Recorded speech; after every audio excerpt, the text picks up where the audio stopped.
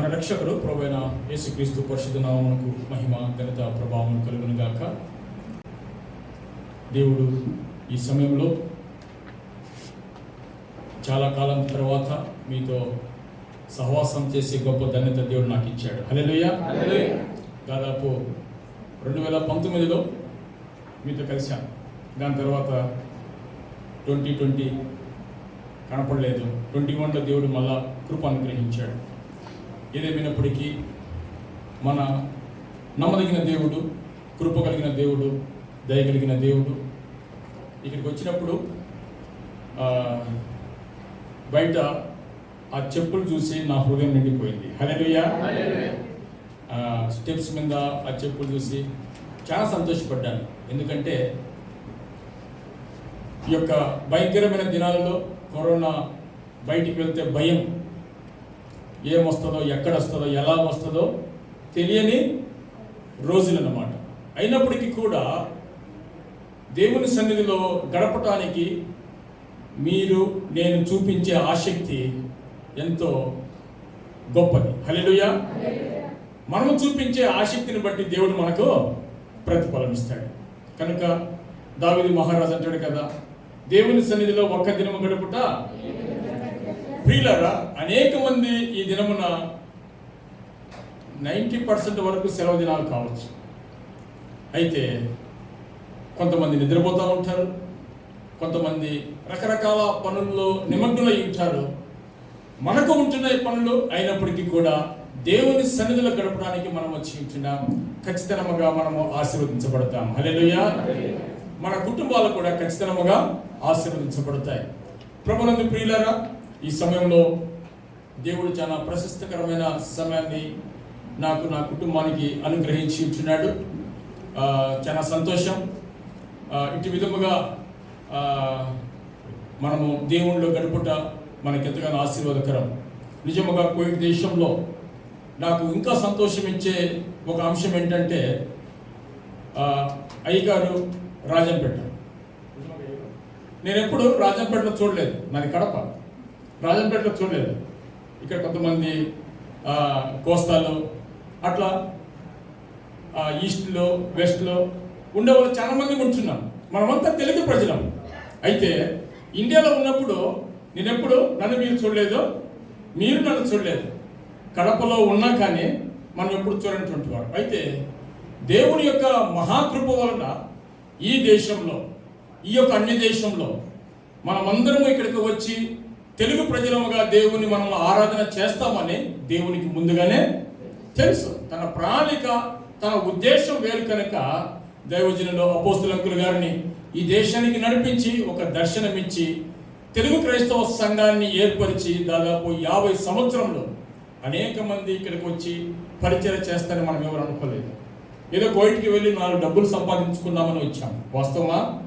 కరెక్టే. అయితే దేవుడు ఇక్కడ మనలను పట్టుకున్నాడు. దేవుడు ఇక్కడ మనలను తన స్వకీయ సాంపత్యముగా దేవుడు మనకు అనుగ్రహించాడు. డబ్బు కంటే శ్రేష్టమైనది ఈ లోకంలో, ధనము కంటే శ్రేష్టమైనది ఏంటంట రక్షణ. దేవుడు అనుగ్రహించు ఆ యొక్క రక్షణ మనము పొంది తెలుగు ప్రజలముగా మనమందరము ఒక రక్త సంబంధంగా. హల్లెలూయా. మనమందరము ప్రాంతాలు వేరైనప్పటికీ, పరిస్థితులు వేరైనప్పటికీ ఈ దేశంలో మనలందరినీ దేవుడు ఒకే రక్తంలో కడగబడిన బిడ్డలముగా మనల్ని ఉంచి ఉంటున్నాడు. హల్లెలూయా. దాన్ని బట్టి నాకు ఎంతగానో సంతోషం. నా గురించి మీరు, మీ గురించి నేను తప్పక ప్రార్థనలో జ్ఞాపకం చేసుకునవలసిందిగా ప్రభు ప్రేమలో కోరుతూ ఉంటున్నాం.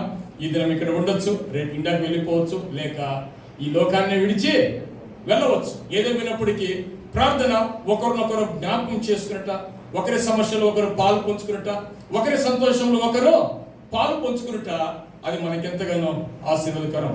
ప్రియులారా, ఈ లోకంలో ఎన్ని రోజులు మనము జీవిస్తామో తెలియదు. మన యొక్క మరణపు తాలపు చెవులు ఎవరి చేతిలో ఉంటున్నాయంట? దేవుని చేతిలో ఉంటున్నాయి. కనుక ఉన్న ఈ కొద్ది దినాలు, ఉన్న ఈ కొద్ది గడియలు మనము దేవునికి నమ్మకముగా ఉంటూ ఒకరినొకరము సహవాసం, ఒకరినొకరము ఐక్యతతో, ఒకరినొకరము ప్రేమలో సహవాసం, సమాధానం కలిగి ఎప్పుడైతే మనం జీవిస్తామో పరలోకము ఇక్కడే మనకు కనపడుతుంది. హల్లెలూయా. ప్రియులారా, ఈ సమయంలో ఈ యొక్క వాక్య భాగాన్ని మనం ధ్యానించుకున్నాం. కీర్తనలు 74వ కీర్తనలు, ఇది ఆసాపు రాసిన కీర్తన. 74వ అధ్యాయం 1-2 వచనాలు మనం అందరం కలిసి, దయచేసి బైబిల్ ఉన్న వారు బైబిల్ తెరిచి అందరూ బిగ్గరగా చదవవలసిందిగా ప్రభు ప్రేమలో కోరుతూ ఉంటున్నాను. 1-2 వచనాలు. దేవా, నీవు నిత్యము మమ్మల్ని విడనాడుతువేమి, నీకు మేము గొర్రెల మీద నీ గోపము పౌరావచనదేమి. నీ స్వాస్థ గోత్రమును నీ పూర్వము సంపాదించుకొని విమోచించిన నీ సమాజమును జ్ఞాపకమునకు తెచ్చుకొను. నీవు నివసించు ఈ సియోను పర్వతమును జ్ఞాపకమునకు తెచ్చుకొను. ప్రియులారా, దేవుని సహాయం నిమిత్తమై మనము కళ్ళు మూసుకొని ప్రార్థన చేసుకుంటాం. దేవుడు మనతో మాట్లాడగలన ఈ సమయంలో దేవుడు మనతో ఏదైతే మాట్లాడాలని ఆశపడుతూ ఉంటున్నాడో, నీకు నాకు వినే చెవిని, గ్రహించే హృదయాన్ని దేవుడు అనుగ్రహించి బహు స్పష్టంగా మాట్లాడి దేవుడు మనల్ని ఆదరించలాగిన, బలపరచలాగిన మనము ప్రార్థన చేసుకుంటాం.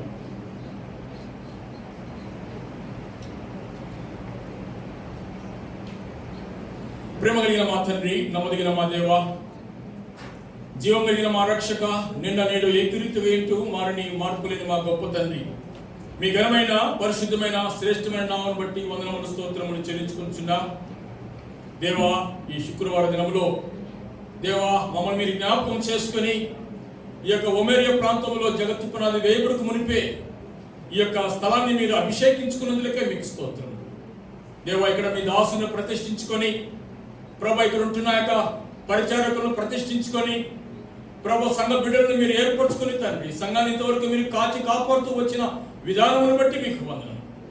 దేవా, నేను సంఘాన్ని మీరు ఆశీర్వదిస్తూ, సంఘంలో అడుగు వాటన్నిటికంటే, ఊహించు వాటన్నిటికంటే అత్యధికమైన మేలు మీరు చేస్తూ వచ్చిన విధానమును బట్టి మీకు వందనము చెల్లించుకుంటున్నాం. ప్రభు, అనేక కుటుంబాలను మీరు బలపరుస్తున్న విధానమును బట్టి మీకు స్తోత్రం. దేవ, ఎవరైతే మీ సన్నిధికి వస్తూ ఆగిపోయి ఉంటున్నారో వారితో మీరు మాట్లాడి తిరిగి మీ సన్నిధిలో చేర్చమని ప్రార్థిస్తున్నాం. దేవా, కనికరించండి, సహాయం చూపించండి. ఈ యొక్క దినములో ప్రభువా నాయన, ఎవరైతే రాలేకపోయి ఉంటున్నారో నిశ్చితమైతే మరొక తరుణాన్ని వారికి మీరు అనుగ్రహించమని వేడుకుంటున్నాం. తీసుకువచ్చిన ప్రతి ఒక్క బిడ్డను బట్టి వందనములు. దేవా, ఈ సమయంలో పాటల ద్వారా మీ నామానికి మహిమ తెచ్చుకున్నందులకే స్తోత్రములు, వాయిద్యముల ద్వారా మీ నామానికి మహిమ తెచ్చుకున్నందులకే స్తోత్రములు, ప్రత్యేక పాటల ద్వారా దేవా సాక్ష్యము ద్వారా మీ నామానికి మీరు మహిమ తెచ్చుకున్న విధానం బట్టి మీకు స్తోత్రములు తండ్రి. ఈ సమయంలోనైనా నీ యొక్క మాటల నిమిత్తమై నీ పాసనలు వేచి ఉంటున్నా. నీ మాటలు మమ్మల్ని ఆదరిస్తాయి తండ్రి, నీ మాటలు మమ్మల్ని బలపరుస్తాయి ప్రభువా, నీ మాటలు మమ్మల్ని లేవనెత్తుతాయి తండ్రి, నీ మాటలు మమ్మల్ని హెచ్చరిస్తాయి తండ్రి.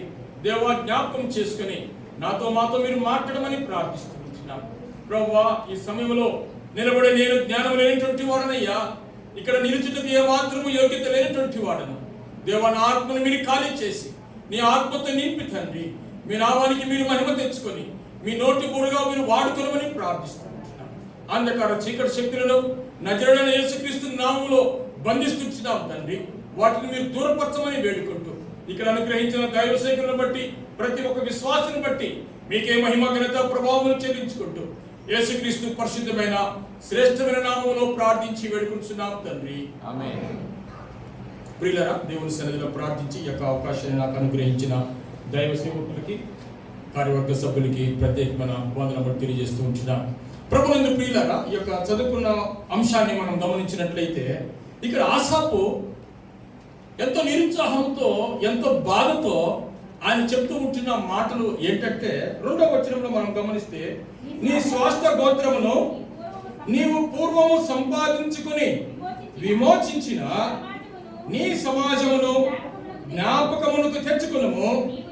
నీవు నివసించు ఈ సియోను పర్వతమును జ్ఞాపకమునకు తెచ్చుకును. అయ్యా, నీవు విమోచించిన నీ స్వాస్థ్యమును జ్ఞాపకము తెచ్చుకును అని ఆసాపు ఎంతో వేదనతో మాట్లాడుతూ ఉంటున్నాడు. ఈ కీర్తన వ్రాసి ఉంటున్నాడు. ప్రియులారా, చరిత్ర మనం గమనిస్తే యెషయా గ్రంథము 53వ అధ్యాయము, ఇర్మియా 52వ అధ్యాయంలో అక్కడ యెరూషలేము కూలబడుట, యెరూషలేము యొక్క గుమ్మములు కాల్చబడుట, యెషయా గ్రంథంలో యేసుక్రీస్తు ప్రభువు వారు మన యొక్క పాపముల నిమిత్తమై సిలువ వేయబడుట, ఆ యొక్క అంశములు పరిశుద్ధాత్మ దేవుడు జ్ఞాపకమునకు వచ్చినప్పుడు ఇక్కడ అయ్యా నీ స్వాస్థ్యమును నీ యొక్క రక్తముతో విమోచించిన నీ యొక్క సమాజమును జ్ఞాపకమునకు తెచ్చుకోమని ఆసాపు ఎంతో ఇక్కడ ప్రార్థన చేసేవాడుగా ఉంటున్నాడు. హల్లెలూయా. చాలా ప్రాముఖ్యమైన విషయం ఏంటంటే మీరు మమ్మల్ని జ్ఞాపకమునకు తెచ్చుకున్నాము. మన దేవుడు జ్ఞాపకమునకు తెచ్చుకునే దేవుడు. హల్లెలూయా. ప్రియులారా, ఈ యొక్క మధ్య దినాల్లో మనం గమనించినట్లయితే ఈ యొక్క కరోనా వైరస్ వస్తుందని మనం ఎవరికి తెలియదు, దాని గురించి అవగాహన లేదు. ప్రియులారా, ఈ యొక్క వైరస్ మనం గమనించినట్లయితే నాలో ఉందో లేదో నాకే తెలియదు. జ్వరం వచ్చినంత వరకు నాకు వైరస్ ఉందని తెలియదు. ఎదుటి మనసులో ఏముంటున్నదో నాకు తెలియదు.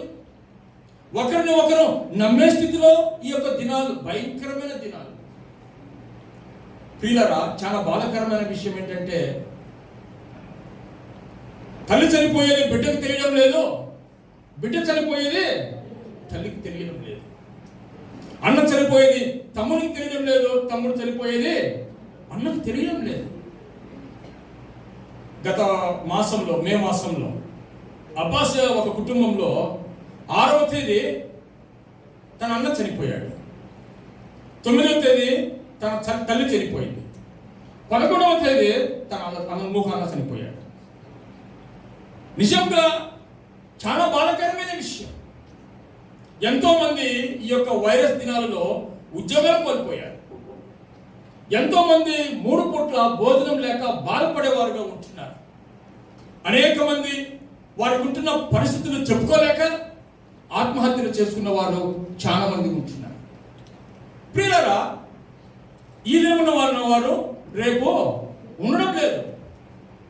ఏమయ్యా తల్లి బాగుందంటే తల్లి ఎక్కడుందన్నా మొన్న చనిపోయింది వైరస్ వల్ల. అయ్యా అన్న బాగున్నాడంటే అన్న లేడన్నా నిన్న చనిపోయాడు వైరస్ వల్ల. ఇలాంటి భయంకరమైన దినాలు ప్రభునందు ప్రియులారా, దేవుని రాకడ సమీపముగా ఉంటున్నది కనుక ఈ యొక్క భయంకరమైన దినాలలో నాకు అనిపిస్తుంది ఒక్కొక్కసారి నేను ఈ విధంగా ఆలోచన చేసి కొంత లోతుగా ఆలోచన చేసినప్పుడు నాకు ఒక చిన్న తలంపు వచ్చింది. ఒకవేళ బహుశా రాగల దినాల్లో దీనికంటే భయంకరమైన శ్రమలు రావచ్చు, భయంకరమైన తెగులు రావచ్చు. ఆ దినాల్లో మనం అనుకోవచ్చు కరోనా మేలురా, అది ఉన్నప్పుడు బాగా గుడ్లు తినేవాళ్ళము, కోళ్ళు తినేవాళ్ళము, ఇప్పుడు తినేదని కూడా లేదనిపిస్తుంది. చెప్పలేము. దినములు చెడ్డవి, సమయాన్ని పోనీయక అజ్ఞానం కాక జ్ఞానం వల్ల నడుచుకున్నామని దేవుడు చదివిస్తూ ఉంటున్నాడు. హల్లెలూయా. ఇంత భయంకరమైన దినాలైనప్పటికీ ఇండియాలో ఈ మధ్య కాలంలో ప్రియులారా 50 సంవత్సరముల ఈ యొక్క సంఘ చరిత్రలో ఒకే ప్రకటనలో కనీసం 9-10 మరణాలు ఒక్కొక్క వారం ఒక్కొక్క ప్రకటనలో, అన్ని ప్రకటనలు చావు ప్రకటనలే. రాత్రి పడుకునే ముందు ఫోన్ వస్తుంది, అయ్యారు మా అన్న చనిపోయాడు. ఉదయాన్నే లేవక ముందే ఫోన్ వస్తుంది, అయ్యగారు మా అమ్మ చనిపోయిందని. వాస్తవంగానండి. రాత్రి పడుకునే ముందు ఒక అతను ఫోన్ చేస్తాడు, అయ్యగారు ప్రార్థన చేయండి, అయ్యగారు మా అమ్మ చనిపోయిందండి ఈరోజు. చాలా బాధాకరమైన ఏంటి దేవా ఈ పరిస్థితులు. ఏదేమైనప్పటికీ ఒకటి సంతోషించాల్సిన విషయం ఏంటంటే దేవుడు మనల్ని జ్ఞాపకం చేసుకుని ఇంతవరకు సజీవులకులో ఉంచాడు. చప్పట్లు కొట్టి దేవుని మహిమపరుస్తాడు. హల్లెలూయా. మన దేవుడు జ్ఞాపకం చేసుకునే దేవుడు అండి.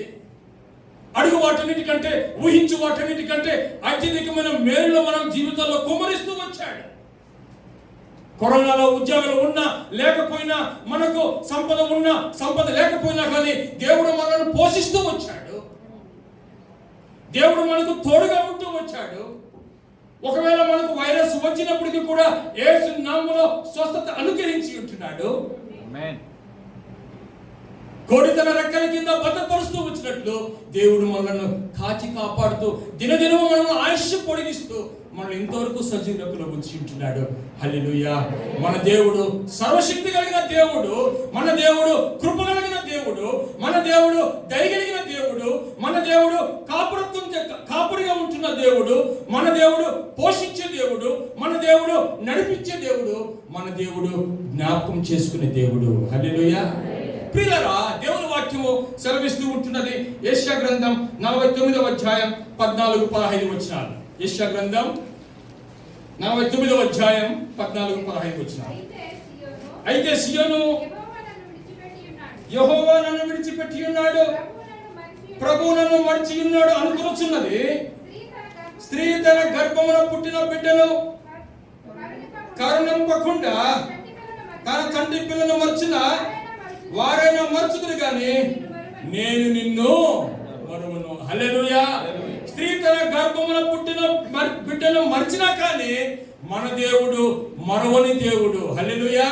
నేను ఒకసారి ఒక వీడియోని నేను చూశాను ఫేస్బుక్ లో. కొన్ని చూస్తున్న సమయంలో ఒకరు ఒక వీడియో అప్లోడ్ చేశారు. ఏంటంటే ఆమె టెలిఫోన్ మాట్లాడుతూ ఆటో దిగి వెళ్ళిపోయింది. టెలిఫోన్ మాట్లాడుతూ ఆటో దిగి కింద నడుచుకుంటూ వెళ్తుంది. కానీ ఆటో తోలుతుంటున్న ఆ వ్యక్తి ఏం చేస్తాడు తెలుసా? వెంటనే ఆటో ఆపి తన బిడ్డను తీసుకొని వెనకబడి పరిగెత్తుతో పోతూ ఉంటే పిలుస్తుంటే ఆమె అస్సలు జ్ఞాపకం. ఆమె పాటికి మాట్లాడుతూ పోతూ ఉంటున్నది. అమ్మ బిడ్డమా అని నా వెనకబడి పరిగెత్తుకుంటూ వెళ్తూ ఉంటున్నాడు. నాకు అప్పుడు అనిపించింది, తల్లి అయినా మరుచుని కానీ నేను నిన్ను మరవనని చెప్పిన దేవుడు. హల్లెలూయా. ఒకవేళ కొన్ని సమస్యల్లో బిడ్డను మర్చిపోతామేమో కానీ దేవుడు మాత్రము మనల్ని మర్చిపోడు సుమా. మనకు వచ్చే కష్టాలను బట్టి, బాధలను బట్టి, సమస్యలను బట్టి, ఇబ్బందులను బట్టి, ఉద్యోగ కొరతను బట్టి మనం ఒకవేళ అనుకునవచ్చు దేవుడు నన్ను మరిచి ఉంటున్నాడేమో. కానీ మన దేవుడు మరవని దేవుడు, జ్ఞాపకం చేసుకునే దేవుడు. తల్లి అయినా మర్చిని కానీ నేను నిన్ను మరవనని చెప్పే దేవుడు. ప్రభునందు ప్రియులారా, అలాగే కీర్తనలు 27వ అధ్యాయము 10వ వచనంలో మనం గమనిస్తే దావీదు మహారాజు అంటాడు, తల్లిదండ్రులు విడిచినను యెహోవా నన్ను చేరదీస్తానని దావీదు మహారాజు తన అనుభవపూర్వకంగా చెప్తున్నట్లుగా మనం చూస్తూ ఉంటున్నాం. ప్రియులారా, కీర్తనలు 105వ అధ్యాయము 9వ వచనంలో మనం గమనిస్తే మన దేవుడు నిత్యము జ్ఞాపకము చేసుకునే దేవుడు అని వ్రాయబడి ఉంటున్నది. హల్లెలూయా. ఒక నెల కాదండి, ఒక రోజు కాదు, ఒక గడియ కాదు, నిత్యము మన దేవుడు జ్ఞాపకం చేసుకునే దేవుడు. హల్లెలూయా. ప్రభునందు ప్రియులారా, ఈ సమయంలో ఆయన బిడ్డలముగా ఉన్న మనము సంతోషించాల్సిన విషయం ఏంటంటే మన దేవుడు జ్ఞాపకం చేసుకునే దేవుడు. హల్లెలూయా. ప్రియులారా, దేవుడు మనల్ని ఎప్పుడు జ్ఞాపకం చేసుకుంటాడని మనం గమనించినట్లయితే కీర్తనలు 136వ అధ్యాయము 23వ వచనంలో మనం గమనించినట్లయితే కీర్తనలు 30 మనము దీన దశలో ఉన్నప్పుడు చాలా మనము దీన దశలో ఉన్నప్పుడు దేవుడు మనలను తప్పక జ్ఞాపకం చేసుకుంటాడంట. అంతేకాకుండా కీర్తనలు 9వ అధ్యాయము 12వ వచనంలో మనం చూస్తే ఆయన బాధపడే వారిని జ్ఞాపకం చేసుకుంటాడని దేవుని వాక్యంలో వ్రాయబడి ఉంటున్నది. కీర్తనలు 20వ అధ్యాయము 3వ వచనంలో మనం గమనిస్తే మనము అర్పించు నైవేద్యములు, మనము అర్పించు కానుకలను ఆయన జ్ఞాపకం చేసుకుని మనలను నూరంతలుగా ఆశీర్వదిస్తాడని దేవుని వాక్యంలో వ్రాయబడి ఉంటున్నది. లూకా రాసిన సువార్త 1వ అధ్యాయము 75వ వచనంలో మనం గమనిస్తే దేవుడు ఇచ్చిన వాగ్దానమును జ్ఞాపకం చేసుకునే దేవుడుగా ఉంటున్నాడు. హల్లెలూయా. ప్రియులారా, ఈ నూతన సంవత్సరంలో ఎంతమంది వాగ్దానం తీసుకుని ఉంటున్నారు? చేతులెత్తారా? వ్యక్తిగత వాగ్దానాలు ఎవరు తీసుకోలేదా? ఇంకా చాలా మంది తీసుకున్నట్టున్నారు. అమ్మా, ఒకవేళ ఇకపోతే ఇప్పటికైనా మించిపోయింది లేదు, ఖచ్చితంగా తీసుకోనండి. ఎందుకంటే మన మీద అట్టుముక్క భాగం మనం తీసుకోకూడదు. దాన్ని తీసుకున్న సమయంలో బాగా ప్రార్థన పూర్వకంగా, దేవా ఈ సంవత్సరంలో నన్ను ఏం చేయాలని మీరు ఆశపడుతూ ఉంటున్నారు, ఏ విధముగా నన్ను నడిపించాలని ఆశపడుతూ ఉంటున్నారు, నీ చిత్తమైతే ఆ వాగ్దానం ద్వారా నాతో మాట్లాడు అని నువ్వు ఎప్పుడైతే ప్రార్థన చేసి ఆ యొక్క వాగ్దానాన్ని నువ్వు తీసుకుంటావో దేవుడు ఇచ్చిన వాగ్దానాన్ని ఖచ్చితంగా నెరవేర్చే దేవుడుగా ఉంటున్నాడు. హల్లెలూయా. ప్రభునందు ప్రియులారా, మా యొక్క కుటుంబ జీవితంలో మేము ప్రతి సంవత్సరము ఈ యొక్క వాగ్దానంలో ఊరికి తీసుకోమండి. వాస్తవంగా నా భార్య ఇక్కడే ఉంది. మేము దాని గురించి కొన్ని దినాలు ప్రార్థన చేసుకుంటూ వస్తాం. ఆ దినంలో తీసుకొని బైబిల్లో పెట్టుకుంటాం. అప్పుడే చదవం. ఇంటికి వెళ్ళిన తర్వాత ఎంతో భయంతో ప్రార్థన చేసుకుంటూ అప్పుడు మేము బైబిల్ తెరిచి ఆ వాగ్దానాన్ని చదువుతాం. చదివినప్పుడు నిజంగా వాస్తవంగా ప్రతి సంవత్సరం దేవుడు మాకు ఏదైతే వాగ్దానం ఇచ్చాడో ఖచ్చితంగా నెరవేరుస్తూ వచ్చాడు. హల్లెలూయా. అది అసాధ్యం. ఒకసారి గర్భ విషయంలో దేవుడు మాకు వాగ్దానం ఇచ్చాడు. అయ్యా, ఈ సంవత్సరం నీకు సంతానం ఇస్తానని దేవుడు నాకు వాగ్దానం అనుగ్రహించాడు. అయితే స్త్రీలు బలహీనులు కదా, కొంత ఆవేశం ఎక్కువ, తొందరపాటు ఎక్కువ. ఏమోనండి మనం అనుకున్నాం కదా ఇంక త్వరగా లేదని హాస్పిటల్కి వెళ్తే ఆమె చెక్ చేసి ఏమనిందో తెలుసా?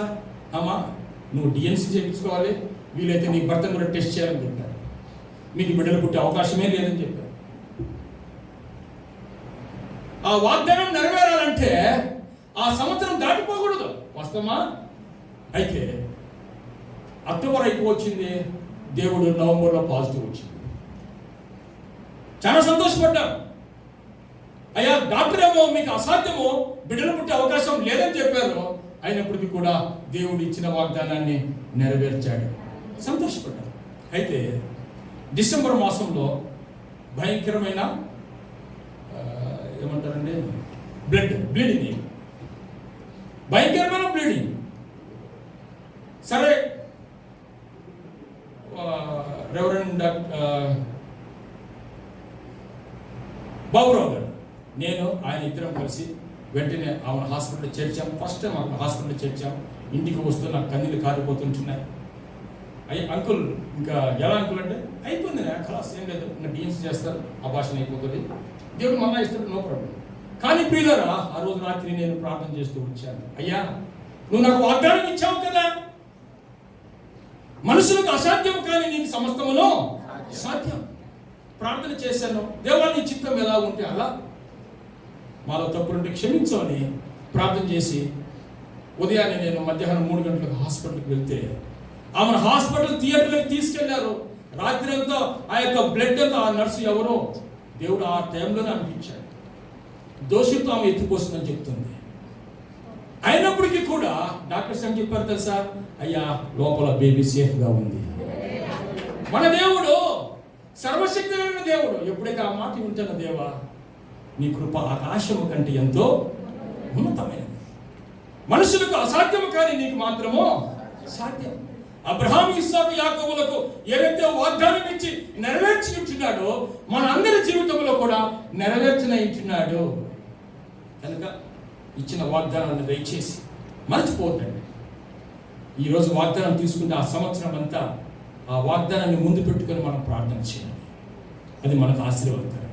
దయచేసి తీసుకుని వాళ్ళు, ఆ సమయంలో దేవుని సన్నిధికి రాని వాళ్ళు, ఏ విధంగానైనా రేపారమైన దైవ సేవకులను అడిగి ప్రార్థన చేసి ఆ వాగ్దానాన్ని తీసుకొని ఆ వాగ్దాన నిమిత్తం ప్రార్థన చేయండి.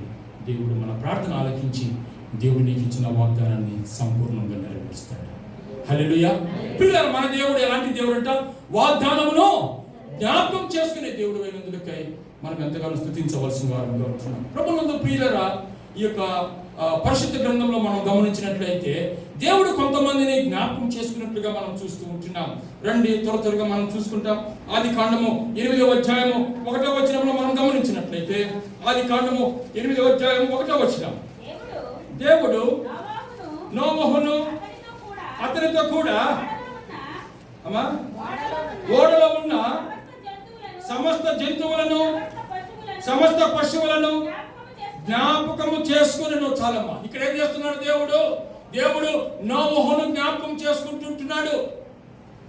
ప్రియులారా, ఎందుకు దేవుడు నోవహును జ్ఞాపకం చేసుకుంటూ ఉంటున్నాడు అని మనం గమనించినట్లయితే 6వ అధ్యాయంలో ఆది కాండంలో మనం గమనిస్తే, ప్రియులారా, ఆయన చూస్తుంటున్న సమయంలో నరులు భూమి మీద విస్తరింపడారంభించిన తర్వాత కుమార్తెలు వారికి పుట్టినప్పుడు దేవుని కుమారులు నరుల కుమార్తెలు చక్కని వారిని చూచి వారందరిలో తమకు మనసు వచ్చిన స్త్రీలను వివాహం చేసుకుని, అప్పుడు యెహోవా నా ఆత్మ నరులతో ఎల్లప్పుడూ వాదించదు, వారు తమ అక్రమ విషయంలో నరమాత్రులయ్యున్నారు అయినను. చాలా ఇక్కడ ఏం చేస్తున్నాడు తెలుసా? నరుల చెడుతనము భూమి మీద గొప్పదనియు, వారి హృదయం యొక్క తలంపుల్లోని ఊహాంతయు ఎల్లప్పుడూ కేవలము చెడ్డదనియు యెహోవా చూచి తాను భూమి మీద నరులను చేసినందుకు యెహోవా సంతాపము నుండి తన హృదయంలో నొచ్చుకునను రాయబడి ఉంటున్నది. ప్రియులారా, దేవుడు సర్వ సృష్టిని సృష్టించిన తర్వాత దేవుడు తన పోలిక చొప్పున మానవులను నిర్మించుకొని ఉంటున్నాడు. అయితే ఇక్కడ చూస్తూ ఉంటున్న సమయంలో దేవుడు ఏం చేస్తున్నాడో తెలుసా? నరులను చేసినందుకు పశ్చాత్తాపడుతున్నానని దేవుడు ఇక్కడ ఎంతగానో బాధపడుతూ ఉంటున్నాడు. అయితే నోహును దేవుడు జ్ఞాపకం చేసుకున్నట్లుగా మనం చూస్తూ ఉంటున్నాం. హల్లెలూయా. ఎంతమంది అయితే మనుషులు ఉంటున్నారో ఆ యొక్క ప్రచండమైన వర్షమును కురిపించి మొత్తము సర్వనాశనం అయిపోయి ఉంటున్నది. కానీ ఎవరిని కాపాడాడంట? నోహును దేవుడు జ్ఞాపకం చేసుకున్నట్లుగా మనం చూస్తూ ఉంటున్నాం. ప్రియులారా, ఎందుకు దేవుడు నోహును జ్ఞాపకం చేసుకున్నాడు? అంతమంది ప్రజలు ఉంటుండగా వాళ్ళ మనుషులు కదా, అయినప్పటికీ కూడా దేవుడు నోవహును ఎందుకు జ్ఞాపకం చేసుకున్నాడు? ఆయన ఎందుకు కనికరించి ఉంటున్నాడు? ఆయన ఎందుకు కాపాడి ఉంటున్నాడు అని మనం గమనించినట్లయితే ప్రియులారా, 6వ అధ్యాయం 9వ వచనంలో మనం గమనిస్తే, నోవహు నీతి పరుడను తన తరములలో నిందారహితుడై ఉండెను, నోవహు దేవునితో కూడా నడిచినని వ్రాయబడి ఉంటున్నది. హల్లెలూయా. ప్రియులారా, అక్కడ చూస్తే మనుషులు ఎంతో ఘోరమైన పాపం చేస్తూ ఉంటున్నారు. దేవునికి బాధ కలిగించే జీవితం వారు జీవిస్తూ ఉంటున్నారు. వారి చెడుతనము దేవునికి అసహ్యంగా మారిపోయి ఉంటున్నది. వారు చూసిన పాపమును బట్టి దేవుడు అనుకుంటున్నాడు, ఎందుకయ్యా నేను వీరిని చేసి ఉంటున్నానని పశ్చాత్తాపడి ఉంటున్నాడు. అయితే నోహును చూసి దేవుడు సంతోషించేవాడుగా ఉంటున్నాడు. హల్లెలూయా. ఎందుకు తెలుసా? నోహు లోకంలో ఉంటున్నాడు కానీ, వాళ్ళతో కలిసి జీవిస్తూ ఉంటున్నాడు కానీ నీతి పరుడుగా జీవిస్తూ ఉంటున్నాడు. హల్లెలూయా. మన యేసుక్రీస్తు ప్రభువు వారు కూడా ఆయన ఈ లోకంలో జీవిస్తూ ఉంటున్నప్పుడు ఈ యొక్క భయంకరమైన పాపములో ఆయన నీతిమంతుడుగా జీవిస్తూ వచ్చాడు. నాలో పాపం ఉంటున్నదా అని ఒక సవాలు చేసిన జీవితము యేసుక్రీస్తు ప్రభువు వారు చేసినట్లుగా మనం చూస్తూ ఉంటున్నాం. అంత భయంకరమైన పాపములో నోహు ఒక ప్రత్యేకమైన జీవితమును జీవిస్తూ వచ్చాడు. దేవునితో కూడా ఆయన నడుస్తూ వచ్చాడు. నీతిమంతుడిగా, ఏ పాపము లేని వాడిగా, నిందారహితుడిగా నోహు యొక్క జీవితం అక్కడ కనపడుతూ ఉంటున్నది. హల్లెలూయా. అంతేకాకుండా నోహుకు ఏదైతే దేవుడు ఆజ్ఞాపించి ఉంటున్నాడో, ఏదైతే పని ఇచ్చి ఉంటున్నాడో అది సంపూర్ణంగా విధేయత కలిగి విశ్వాసంతో నోహు చేసి ఉంటున్నట్లుగా మనం చూస్తూ ఉంటున్నాం. చూడండి, ఇక్కడ 7వ అధ్యాయము 5వ వచనంలో మనం గమనించినట్లయితే, యెహోవా ఆజ్ఞాపించిన ప్రకారము నోవహు యావత్తు చేసిను. హల్లెలూయా. ప్రియులారా, అంత భయంకరమైన దినాలలో, ఎప్పుడు అలాంటి వర్షము చూడని దినాలలో దేవుడు ఏం చెప్పాడో తెలుసా? అయ్యా, నేను ఈ యొక్క భూమి మీద ప్రచండ వర్షాన్ని కురిపింపబోతూ ఉంటున్నాను, నీ కొరకు ఒక ఓడను తయారు చేసుకో అని చెప్పినప్పుడు, అయ్యా ఎందుకండి ఎక్కడొస్తుంది వర్షం అని అవిధేయత చూపించాడా? లేదు. మరొక మాట మాట్లాడకుండా నోవహు విధేయత చూపిన వాడై ఆ యొక్క ఓడను కట్టుటకు సిద్ధపడ్డాడు. ఆయన చెప్పిన విధంగా సంపూర్ణంగా చేసి ఉంటున్నాడు. అలాంటి సమయంలో ఎంతో మంది ఆయనను అపహాసం చేశారు. అయ్యా నోహు, నీకేమైనా పిచ్చా? ఇంత ఓడ కడుతూ ఉంటున్నా, ఎక్కడ వర్షం వస్తుందండి? నీకు మెంటల్ కాకపోతే అని ఉండొచ్చు. కానీ ఆ అవమానాన్ని భరించాడు నోవహు, ఆ అపహాసాన్ని భరించాడు నోవహు. ఎవరేమన్నా నా దేవుడు నమ్మదగిన దేవుడు, నా దేవుడు చెప్పిన ప్రకారము నేను చేయాలన్న సంపూర్ణ విశ్వాసంతో నోవహు ఆయన చెప్పిన పని యావత్తు చేశాడు. కనుక ఆ ప్రచండమైన వర్షంలో అంత సర్వనాశమైనప్పటికీ నోవహు అతని కుటుంబము కాపాడబడి ఉంటున్నది. చప్పట్టుబడి దేవుని మహిమపరుస్తామా. మన దేవుడు సర్వశక్తి కలిగిన దేవుడు, ఆయన వాగ్దానం చేసి నెరవేర్చుకునే దేవుడు. కనుక నోహు ఏదైతే దేవునికి నమ్మకముగా జీవించడం వలన నోహు జీవితాన్ని దేవుడు జ్ఞాపకం చేసుకున్నాడు. నోహు ఆ యొక్క భయంకరమైన వర్షం నుండి, ఆ యొక్క జల ప్రవాహం నుండి నోహును తప్పించినట్లుగా మనం చూస్తూ ఉంటున్నాం. ప్రభునందు ప్రియ సహోదరి సహోదరుడా, వాక్యం వింటున్న నీవు ఈ యొక్క భయంకరమైన లోకంలో దేవునికి మన జీవితం ఎలా ఉంటున్నదో మనం పరీక్షించుకోవాల్సిన వారంగా ఉంటున్నాం. ఈ యొక్క శరీరాశ, నేత్రాశ, జీవపుటము కలిగి ఉంటున్న ఈ లోకంలో మన యొక్క ఆత్మీయ జీవితంలో మనం ఏ విధంగా ఉంటున్నామో పరీక్షించుకోవాల్సిన వారంగా ఉంటున్నాం. మనుషులు చూడలేదని మనం అనుకోవచ్చు, దేవుడు మాత్రము చూస్తూ ఉంటున్నాడు సుమా. మనం ఈ లోకంలో నోవహు వలె నీతిమంతులుగా జీవించాలని దేవుడు ఆశపడుతూ ఉంటున్నాడు. నిందారహితంగా జీవించాలని ఆశపడుతూ ఉంటున్నాడు. దేవునితో నడవాలని దేవుడు ఆశపడుతూ ఉంటున్నాడు. దేవుడు మనకిచ్చిన పరిచర్యలో, దేవుడు మనకిచ్చిన ప్రతి ఒక్క పనిలో నమ్మకముగా, సంపూర్ణముగా మనసును సంతోషపెట్టేవారం కాక క్రీస్తును సంతోషపెట్టేవారముగా ఆయన ఇచ్చిన యావత్తును ఎప్పుడైతే మనం చేస్తామో, నోవహును జ్ఞాపకం చేసుకున్న దేవుడు మనల్ని కూడా జ్ఞాపకం చేసుకుంటాడు. హల్లెలూయా. ప్రభునందు ప్రియులారా, ఈ యొక్క కరోనాలో ఎంతో మంది ప్రభువును నిద్రించినప్పటికీ, ఎంతో మంది ఈ యొక్క లోకాన్ని విడిచినప్పటికీ, ప్రపంచము తలకిందులైనప్పటికీ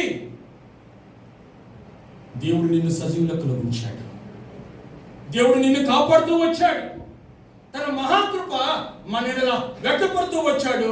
మనల్ని జ్ఞాపకం చేసుకుంటూ వస్తూ ఉంటున్నాడు. నోవహు వలె మన జీవితం ఉంటున్నదో లేదో పరిశీలించుకోవాల్సిన వారు. ప్రియులారా, దేవుడు నోవహును జ్ఞాపకం చేసుకున్నాడు. ఎందుకు తెలుసా? ఆయన నీతిమంతుడంట, నిందారహితుడంట, ఆయన దేవుడితో కూడా నడిచాడంట. ఆయనకి ఇచ్చిన పని సంపూర్ణంగా చేశాడు కనుక నోవహును అతని కుటుంబాన్ని దేవుడు జ్ఞాపకం చేసుకుని రక్షించాడు సుమా. ఈ సమయంలో దేవుడి సన్నిధికి ఆరాధనకు వచ్చిన మనము, దేవుని బలలో పాల్గొంటున్న మనము, మన యొక్క జీవిత పరిస్థితులు ఎలా ఉంటున్నాయో మనం పరీక్షించుకోవాల్సిన వారంగా ఉంటున్నాం.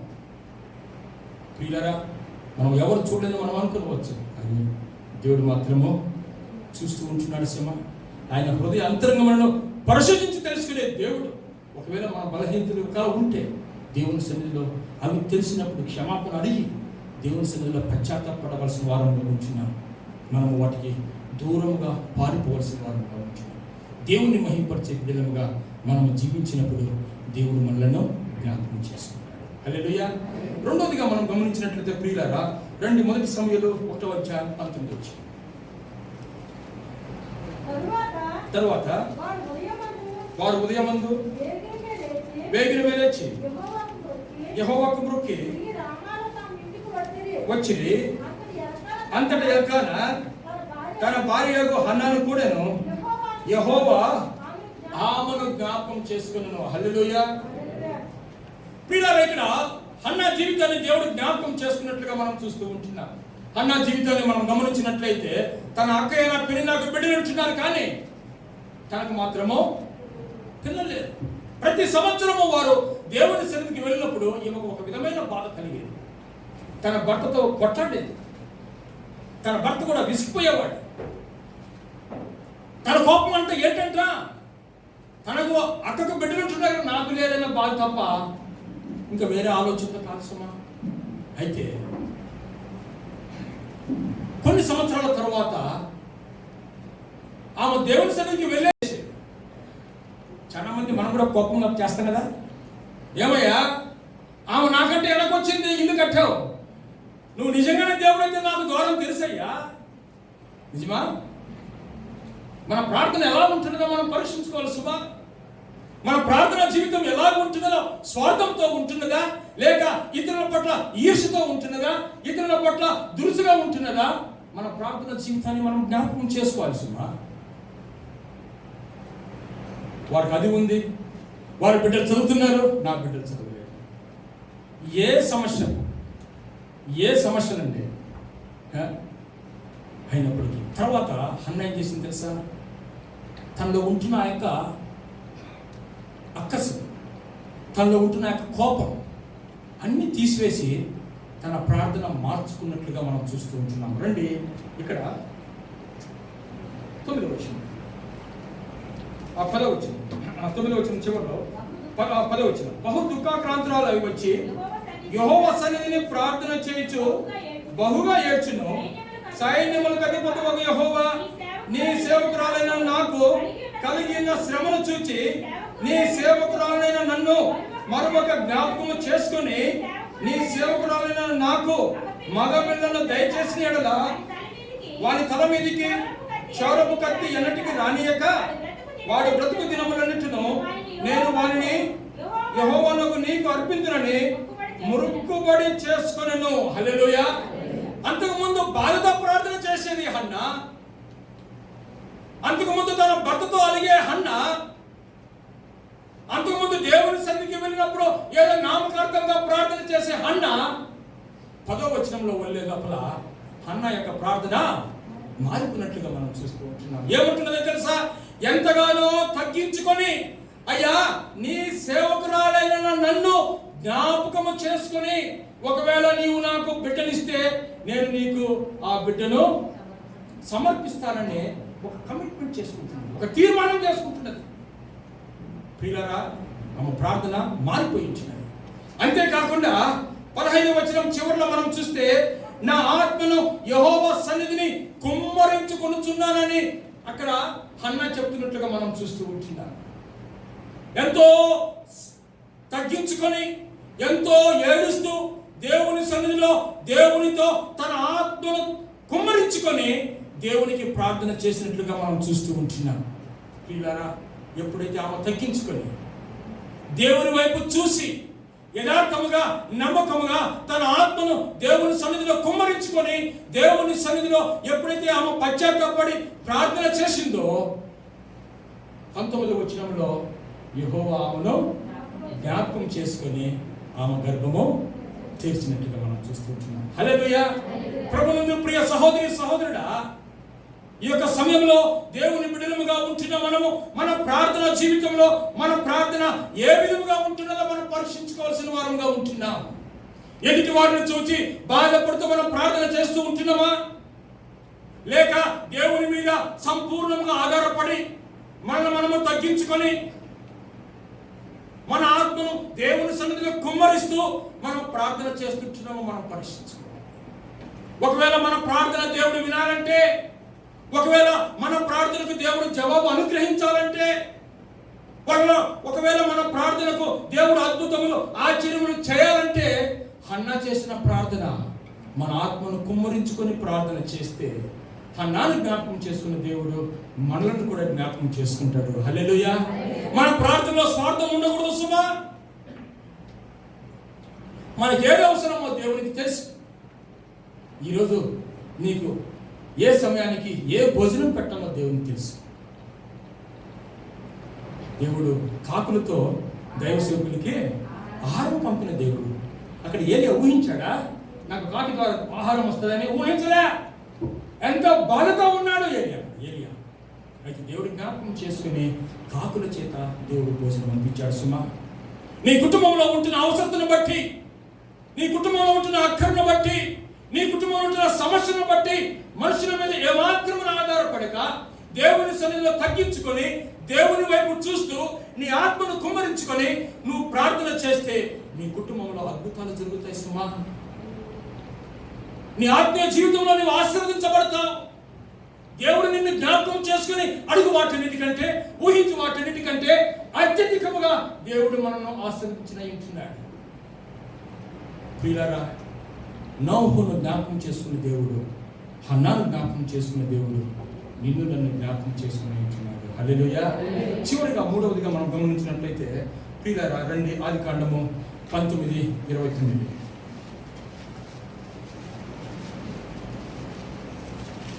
ఆదికాండము 19.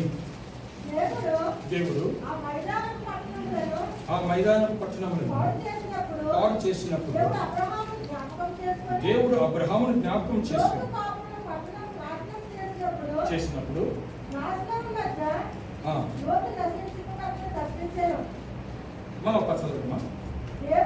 దేవుడు ఆ మైదానపు పట్టణములను పాడు చేసినప్పుడు దేవుడు అబ్రహామును జ్ఞాపకం చేసుకొని లోతు కాపురం ఉన్న పట్టణములను నాశనము చేసినప్పుడు ఆ నాశనము మధ్య లోతు నశించకుండా అతన్ని తప్పించెను. హల్లెలూయా. ఇక్కడ దేవుడు మరొక కార్యం చేస్తూ ఉంటున్నాడు సుమా. దేవుడు అబ్రహాముని జ్ఞాపకం చేసుకుని ఎవరిని తప్పిస్తూ ఉంటున్నాడంట? లోతును తప్పిస్తూ ఉంటున్నాడు. హల్లెలూయా. మన దేవుడు మనలను బట్టి ఇతరులను తప్పించే దేవుడు సుమా. మన జీవితాన్ని జ్ఞాపకం చేసుకుని ఇతరులను తప్పించే దేవుడు. దేవుడు అబ్రహాముకు వాగ్దానం చేశాడు. దేవుడు అబ్రహామును ఆశీర్వదిస్తూ వచ్చాడు. అబ్రహాము ఎందుకు దేవుడు ఆశీర్వదిస్తూ వచ్చాడంటే, అబ్రహాము దేవుని యందు విశ్వాసం ఉంచుతూ వచ్చాడు, దేవుని యందు భయభక్తులు కలిగి జీవిస్తూ వచ్చాడు కనుక దేవుడు అబ్రహాంకి ఇచ్చిన వాగ్దానాన్ని సంపూర్ణంగా నెరవేరుస్తూ వస్తూ ఉంటున్నాడు. అయితే దేవుడు అబ్రహాముని జ్ఞాపకం చేసుకొని, అతనికి ఇచ్చిన వాగ్దానాన్ని జ్ఞాపకం చేసుకొని ఇక్కడ ఎవరిని తప్పిస్తూ ఉంటున్నాడంట? ఆ యొక్క సొదొమ గొమొర్రాను దేవుడు నాశనం చేస్తుంటున్న సమయంలో ఎవరిని అక్కడ తప్పించాడు? లోతును తప్పించాడు. ఎవరిని బట్టి తప్పించాడు? అబ్రహామును బట్టి తప్పించాడు. ప్రియులారా, ఈ సమయంలో దేవుని సన్నిధిలో వచ్చిన మనము ఎప్పుడైతే నమ్మకముగా దేవుని యందు విశ్వాసం ఉంచి అబ్రహాము వలె నమ్మకమైన జీవితాన్ని మనం ఎప్పుడైతే జీవిస్తామో, మనల్ని బట్టి ఇతరులను కాపాడేవాడిగా ఉంటాడు. హల్లెలూయా. మనల్ని బట్టి మన కుటుంబాన్ని దేవుడు కాపాడేవాడిగా ఉంటున్నాడు. ప్రియులారా, చూడండి కీర్తనలు చూడండి 105వ అధ్యాయం. అబ్రహామును బట్టి ఇంకా ఎవరిని జ్ఞాపకం చేసుకున్నాడంట? కీర్తనలు 105వ అధ్యాయం 42వ వచనం. ఏలయనగా ఆయన తన పరిశుద్ధ వాగ్దానమును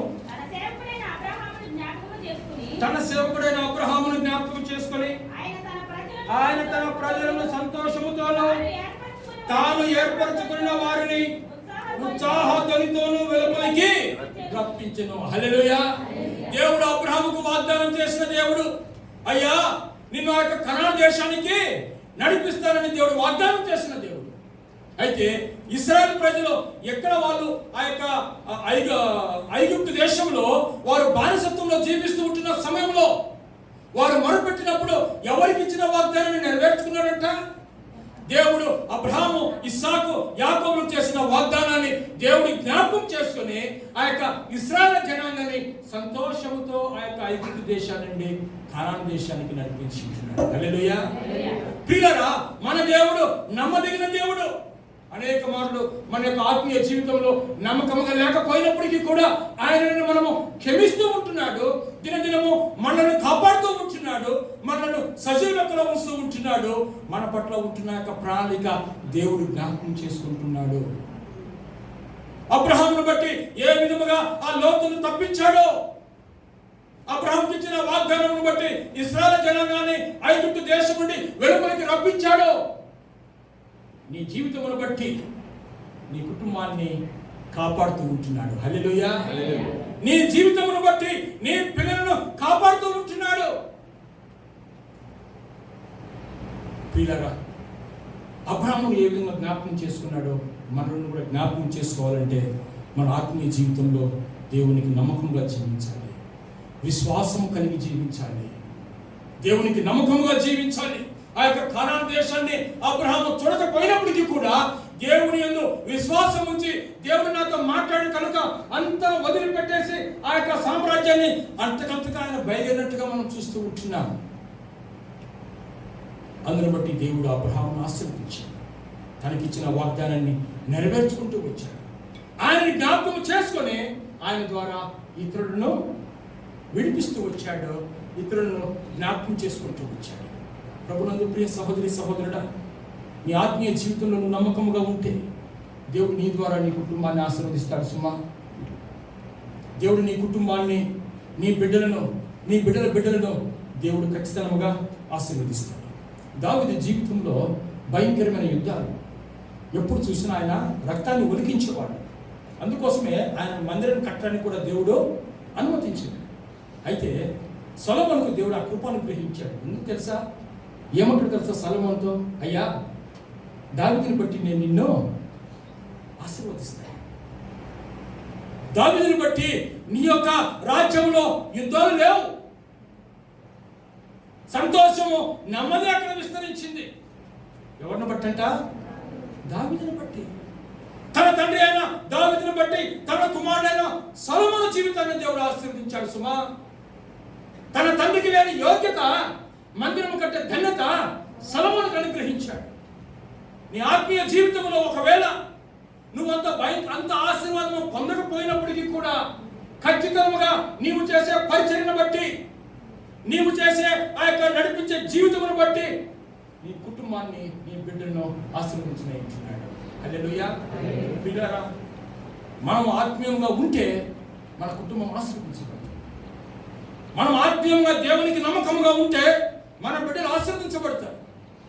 ఒక్క విషయం మనం గమనించాలి సుమా, ఇక్కడ మనం ఉంటున్నాం, దేవుడు మనల్ని ప్రేమిస్తూ ఉంటున్నాడు, అనుకున్నప్పుడల్లా దేవుడు మనకు డబ్బులు ఇస్తూ ఉంటున్నాడు. డబ్బు కంటే ప్రాముఖ్యం ఏంటంటే మన బిడ్డలను ఆత్మీయంగా నడిపించడమే. మన బిడ్డలకు దైవ భయం లేకపోతే, మన బిడ్డలకు రక్షణ లేకపోతే కొన్ని కోట్లు వారి ముందర పెట్టినా కానీ కొన్ని రోజుల్లో దాన్ని నాశనం చేసి ఏం సంపాదించాడు మా నాన్న, నువ్వు ఏం పెట్టావు అని తల్లిదండ్రులను భయంకరంగా కొట్టేవాళ్ళు ఉంటున్నారు. కోట్ల డబ్బులు సంపాదించి బిడ్డలకి ఇచ్చేదానికంటే నువ్వు వారిని రక్షణలోనికి నడిపిస్తే అది గొప్ప ఆశీర్వాదకరం. హల్లెలూయా. మనం ఎక్కడ ఉంటున్నాం, మన బిడ్డలు అక్కడ ఉంటున్నారు, వారి స్థితిగతులను మనం చూస్తూ ఉంటున్నామా? వారు ఏ ప్రవర్తన ప్రవర్తిస్తూ ఉంటున్నారో మనం చూస్తూ ఉంటున్నామా? వారి గురించి మనం ప్రార్థన చేస్తూ ఉంటున్నామా? వారి గురించి మనము దుఃఖముతో దేవుని సన్నిధిలో మొరపెడుతూ ఉంటున్నామా? వారికి మంచి మాటలు చెప్తూ ఉంటున్నావా? అయ్యా నువ్వు పొద్దున లేచావు, బైబిల్ చదువుకున్నావా లేదా అని మనం అడగాలంటే మనం ఏం చేయాలంట? మనం ముందు వాక్యం చదువుకోవాలి. మనం ఎప్పుడైతే ఉదయం లేచి దేవుని వాక్యాన్ని చదువుతామో, దేవుని సన్నిధిలో ప్రార్థన చేస్తామో, మన బిడ్డలను కూడా మనం అడుగుతాం. అంతేనా? ఒకవేళ ఆ అనుభవం మనం లేకపోతే మన బిడ్డని మనం ఏమడుగుతామండి? అడగలేం. కనుక పిల్లలు, దేవుడు మనకిచ్చిన రక్షణను మనము దాన్ని ఎంతో పవిత్రంగా మనం జ్ఞాపకం చేసుకుంటూ ఉదయాన్నే లేచి మనము దేవుని సన్నిధిలో స్తుతించబద్దులమై ఉంటున్నాం. ఎంతమంది ఈ దినమున లేచి దేవుని స్తుతించారు సుమా? ఎంతమంది ఈ దినమున లేచి దేవుని వాక్యాన్ని చదివారు? ఎంతమంది ఈ దినమున లేచి దేవునికి ప్రార్థన చేశారు? చేతులెత్తమని చెప్పను, కానీ మంది మనకు తెలుస్తుంది, మనకు తెలుస్తుంది.